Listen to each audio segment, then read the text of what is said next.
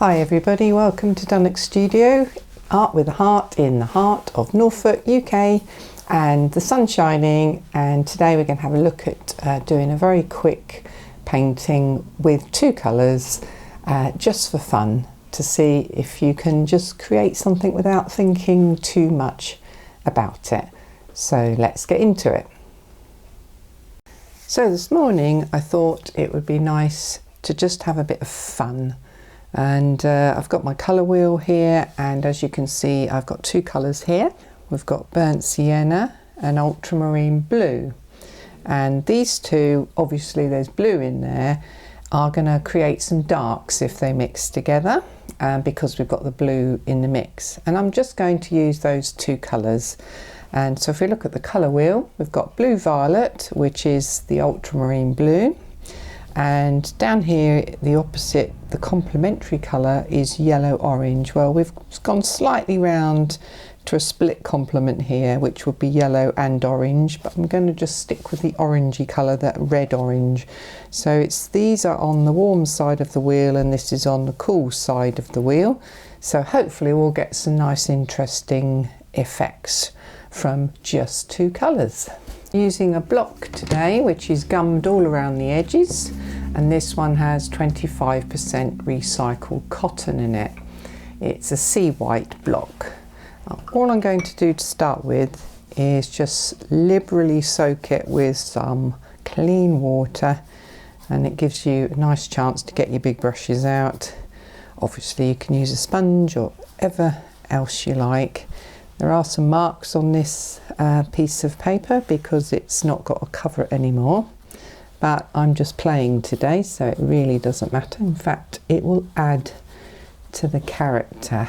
So go all over one way and the other way, and then we're waiting for the soft sheen effect. But we could go a little bit earlier today, because when it's still wet the paint will move a little bit more. We've got some cotton, so it will stay a little bit wetter for a little bit longer, but if you start to see some dry areas as soon as you finish putting water on, don't be afraid to go over it once more. We need it all nicely dampened down. There we go. So the first thing I'm going to do is pick up an old piece of watercolour paper, and let's just see what happens if I just dip that into the paint, which I've made up a puddle of, and just run that across like so. Can create some nice effects. You can tilt your paper. I have no idea what I'm painting here, so we're just going to see what happens. And then maybe over here we'll have another smaller line. I'm just letting it go.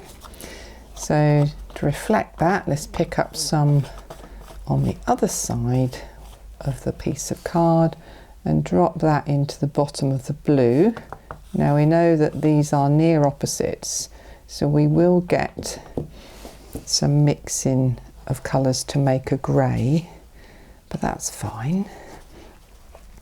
Okay, let's see how it goes. It's away. So now I'm just going to have some fun, so I'm going to drop some blues in here, and then if it starts to dry out, I have my trusty spray bottle ready. Spray bottles in this situation are so much fun. So let's go this way, let that run down. There we go. And let's try something else. I've got a feather here. Let's pop that in here and make some marks into the water. I'm going to be bold, brave. And then some coming across this side there. Absolutely no plan whatsoever. Slightly different technique now. I use the brush to come across horizontally.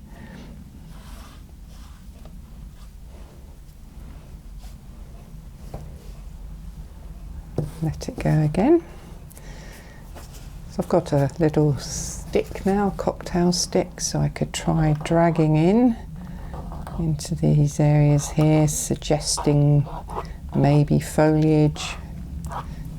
Maybe we'll have some big ones here as if it's something in the foreground. It's turned into a landscape now. It's quite often the way I work is landscape. I'm going to pop some more colour in here. Keep making it deeper. And also here. There's no particular composition, although I've started my first line on the third, almost a third of the way up rather than in the middle, but you can do what you like. So let's just drop some of that in. It's starting to slow down again. Now if this was 100% cotton paper, you'd find this would move a lot longer than it is at the moment. So let's get some really rich colour in there. Let's do some splattering. It's just suggested itself. It needed some splatter, so let's do that.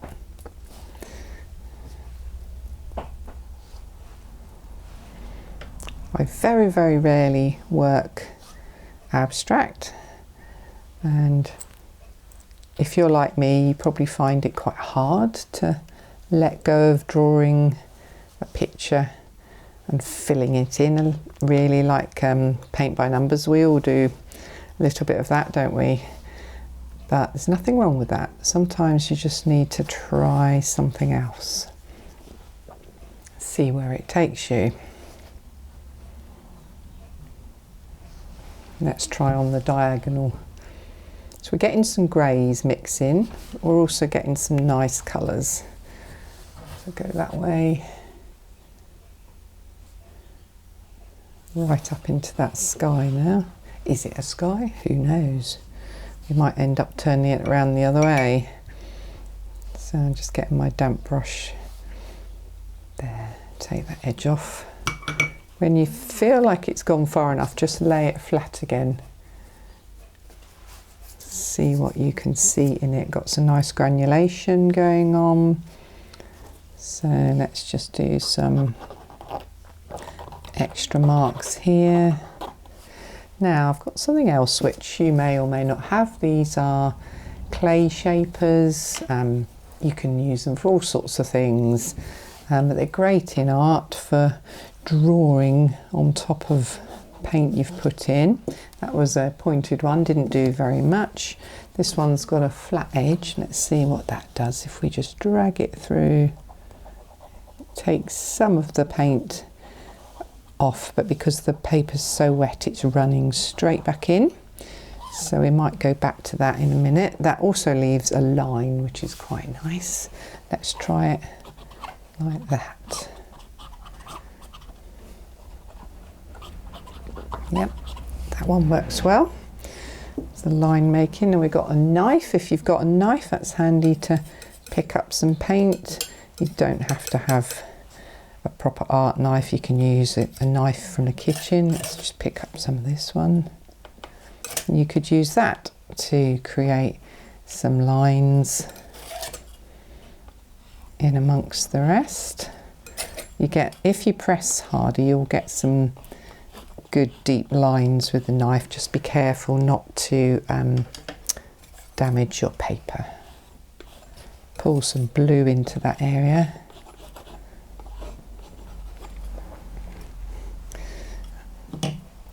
Just following my instincts now. So as I'm working, the paper's starting to dry out now.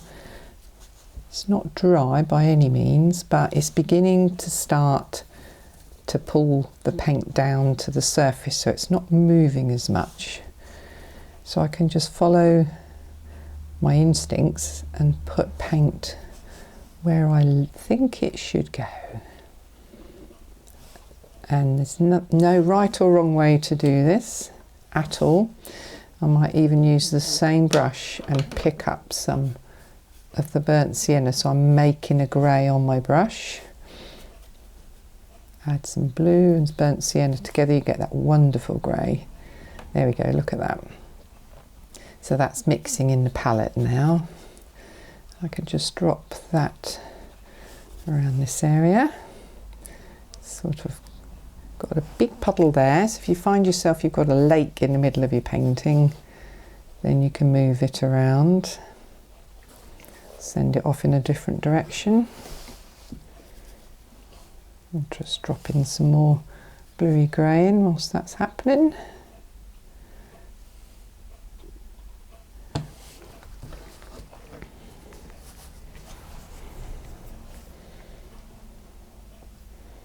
I'm just going to pause for a couple of minutes and see how it settles.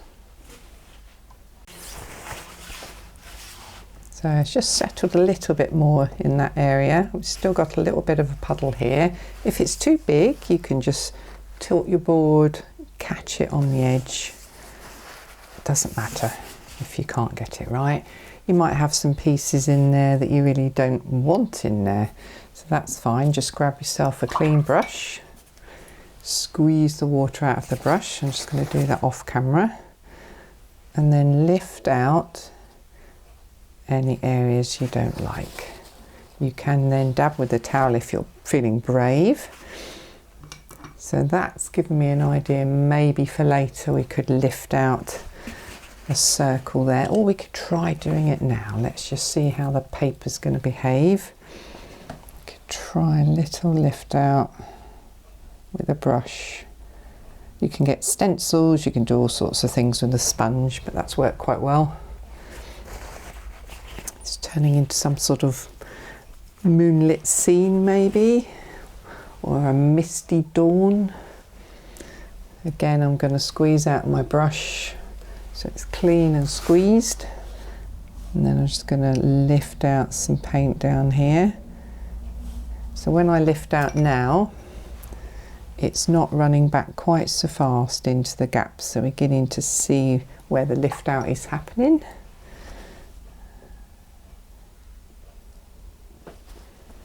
Feeling like this is water down here. Got some lovely granulation there, the way the paint's mixed together. And this is just a cold pressed knot surface, but it's particularly got a nice texture, this one.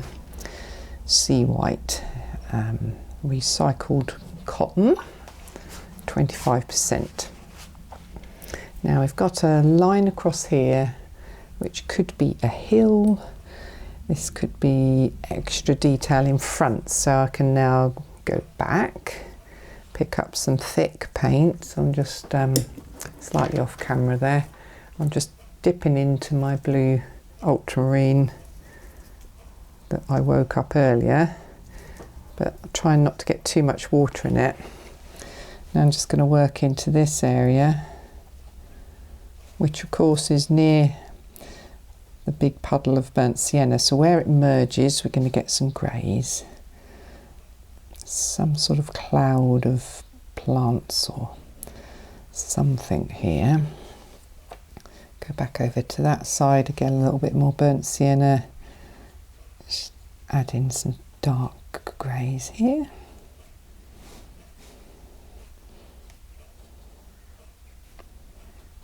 I'll give that like a shadow base to it.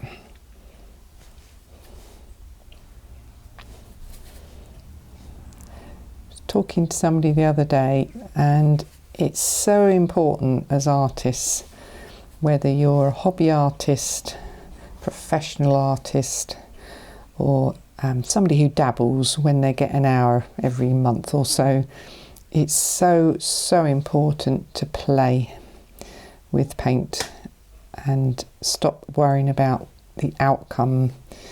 When I finish this, it may or may not look like something I want, but the trick is I need to enjoy playing and enjoy the process. And whilst doing it, your brain will maybe suggest things to you. So you could try this, you could try that, because you're doing it rather than procrastinating. Oh, if I do that, I'll get it wrong. If I do that, I'll ruin my piece of paper. And we've all been there. I do that all the time. A lovely piece of paper. What if I get it wrong? The trick is not to worry about that if you can help it. Okay, so I'm now going to switch to a smaller round brush. All of these so far are round brushes, just a selection. I don't worry about explaining which size I'm using because everybody's brushes are different and all the sizes are different. So just pick up a brush that suits your hand and what you're doing on your painting and how big your painting is. So this is quite thick grey again. I've mixed the blue and the burnt sienna together. I'm just going to suggest, because now they look like they might be trees. Pardon the plane going over. Living in Norfolk in the UK, we have lots of RAF and US Air Force bases around here. So we quite often end up in a practice flight path. Grown up with it really, so you don't even notice. Until they interrupt your video.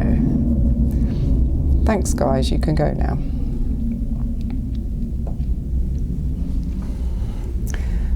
Right, I'm feeling like there may be a suggestion of a far distant hill, but I also think if I start putting something in here I'm going to ruin it. So I'm going to just be brave and stop.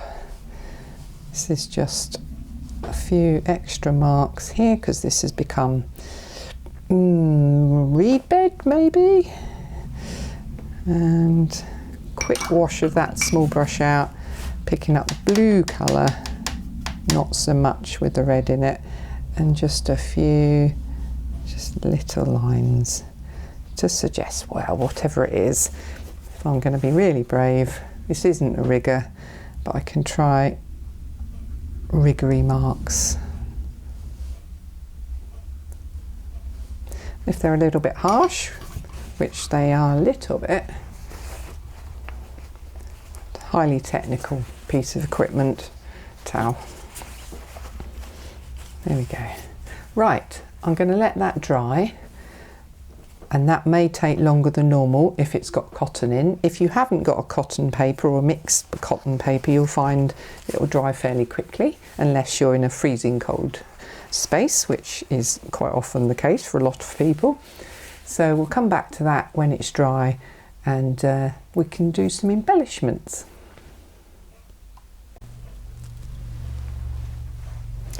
This is now nice and dry. If I put the back of my hand on the surface, it doesn't feel cool.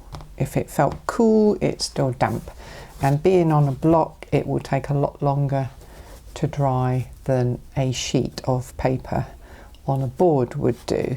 So just make sure it's properly dry. Now you can embellish this any way you want, or you can do nothing. It's entirely up to you. If you've got to this stage where you've got something that you think, oh, I'm going to do something a little bit more with it, it's entirely up to you what you do. Now, there are lots of things you could get. You can get metallic watercolour sets, and that's one of mine there. You could use your fine liners. All my learners say the problem with me is that I'll always show them something that they then have to go and get. So I'm going to show you something now, and apologies if you will then want to go and get some.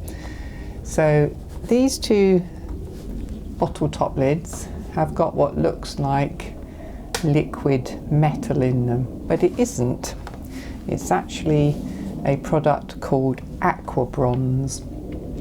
This one is the copper version, this one is the silver, and just to really throw a spanner in the works, that's the rich pale gold. So I'm not using that one today. I'm going to stick with the silver because I feel like there's a moon here, and the copper because we've got foliage here. So all you would do is add a couple of drops of water, and it depends what you brush wise. I wouldn't use your best brushes, but it will wash out perfectly okay. But you could just use a cheap nylon brush or a craft brush. I've got my lift out brushes here, which are quite good because they won't hold on to the particles. So you can mix up a lovely pool of silver. Look at that. And you can use this dry as well, so we could have sprinkled it in while the painting was still wet. That's another way of using it.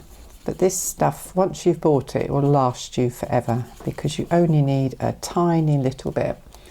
And then I use bottle tops, so when you've finished, just put that to one side. When you come back to it, add a couple of drops of water and you'll still have silver in there for a long, long time. So it's a good one to share with your friends. It's made by Schminke and it's called Aqua Bronze. Even the silver and the copper are still called Aqua Bronze as the name on them. So the question is, do I want a silver on the moon or do I want to go around it? So yeah, this is an exploration, so I'm going to go around it with the silver. And it does look quite dark when you put it on, but it's just like watercolour. You can spread it around by adding water to it, so it isn't quite so obvious. So I'm just rinsing my brush out each time, smoothing it around. This would be absolutely wonderful for making a greetings card for somebody special, instead of the printed ones that you could, obviously you can do a printed card of your own work if you like, but painting your own and then embellishing it, when they pick it up it shines. So that's probably all I'll do with that. Let's have a little look. It's got to dry, but you can just get it there, a little bit of sheen. So that one may work, it might not work for you. I don't tend to use the silver that much. Let's put a little bit into the water area, just across some little areas here, just using this little square brush, which makes it quite easy to do, but you could use a rigger. Again, I wouldn't suggest you use your best brushes, just be a little bit aware that this is particles in the paint. And if it gets lodged inside your best brushes, you probably won't forgive me, so keep your sables well away. I use synthetic brushes, so it's not a problem. So that's the silver splattered onto the watery area. Because I've put slightly darker element in the sky here, it's made this moon area lighter, hasn't it? So it's quite nice. Right, quick swish of my brush. Now I'm going to try this one, which is copper. So you can see there's more powder in this one. So it's not quite got enough water. So it's just literally my trusty pipette. Let's put in 1, 2, and then mix that up. See if that's, there we go. A bit less like a brownie crumbling in the pot, more like a nice smooth coppery colour. It's lovely stuff. So if this is my light source, I'm just going to hint with the edge of my brush. I'm not covering up everything underneath. Really don't want to do that. I might go back to the silver in a minute and add that into that area. Let's see if I can pop it over on this side. Just quite randomly. It is shiny and shimmery, so I don't want really too much on the outside of the painting. So it might just be a little bit too much there. Okay, let's link that bit together. You can use as much or as little as you like. Now, using my square brush end on, let's see if I can do some lines. There we go. It's not quite as good as a rigger. Now I've got a bird on the roof of the studios tapping away. It's one of those days. You sit down to do some painting and everything starts happening. Go. Put some little marks here just for suggestion. Could even go a bit bolder and put in some big marks. Just go around that tree shape there. Just random marks. See, I'm having fun now. I'm not really thinking about it too much. every now and again pick up your painting, look how it's doing from the sheen side. Got some nice sheen going on in this area here. Wash my brush out again, pick up my silver,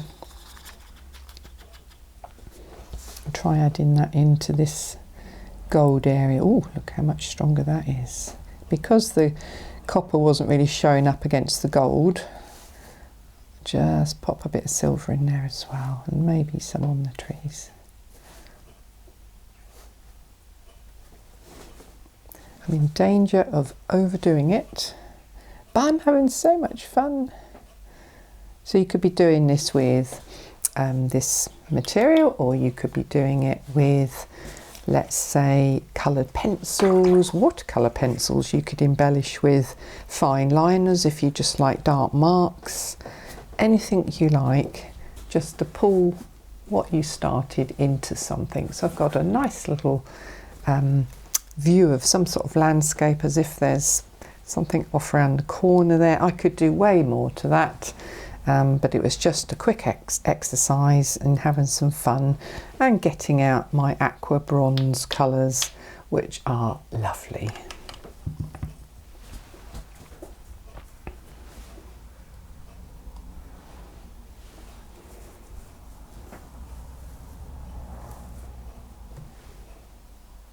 Well everyone, what did you think? We created a little sketch and added some embellishments to it using just two colours, ultramarine blue and burnt sienna. If you don't have those colours, just try using colours that are opposite on the colour wheel and see what you can produce using just two. They don't have to be directly opposite, they can be almost opposite, but have something cool and something warm, and then see what you can create. I hope you enjoyed that.